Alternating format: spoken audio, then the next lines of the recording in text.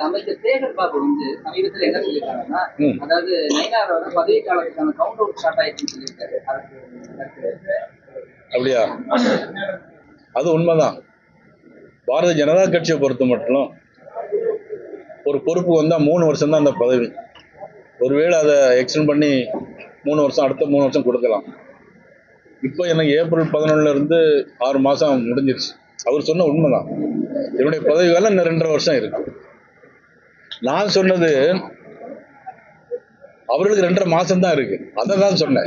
எனக்கு 2.5 வருஷம், அவங்களுக்கு 2.5 மாசம். அவர்களுக்குலாம் திமுக ஆட்சிக்கு கவுண்ட் டவுன் சார். அது மேல மக்கள் தேர்ந்தெடுத்தா நம்ம ஒன்றும் செய்ய முடியாது. ஏற்கனவே தேர்ந்தெடுக்கப்பட்ட ஆட்சிக்கு இன்னும் 2.5 மாசம் தான்.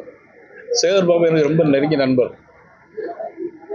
தொகுதியில கோயில் விஷயம் சொன்னாலாம் செஞ்சு கொடுத்திருக்காரு. அது வேறு. ஆட்சி என்பது வேறு, ஒவ்வொரு கட்சியினுடைய கொள்கை என்பது வேறு.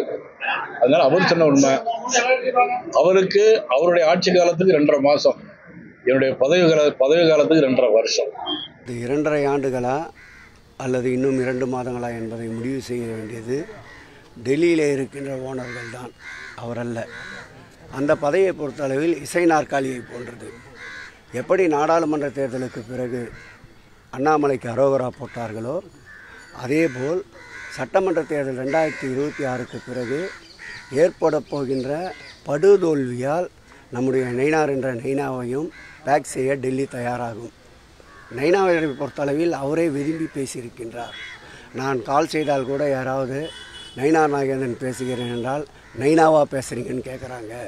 அந்த கட்சிக்காரங்களே இன்னும் அவரை பற்றி புரிதல் இல்லாதப்போ அவர் எப்படி தமிழ்நாட்டை திராவிட மாடல் ஆட்சியிடமிருந்து மீட்டெடுக்கப் போகிறார் என்பதுதான் தெரியவில்லை.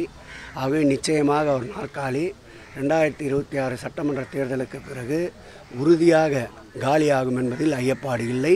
திராவிட முன்னேற்றக் கழகம் பெறுகின்ற வெற்றியால்.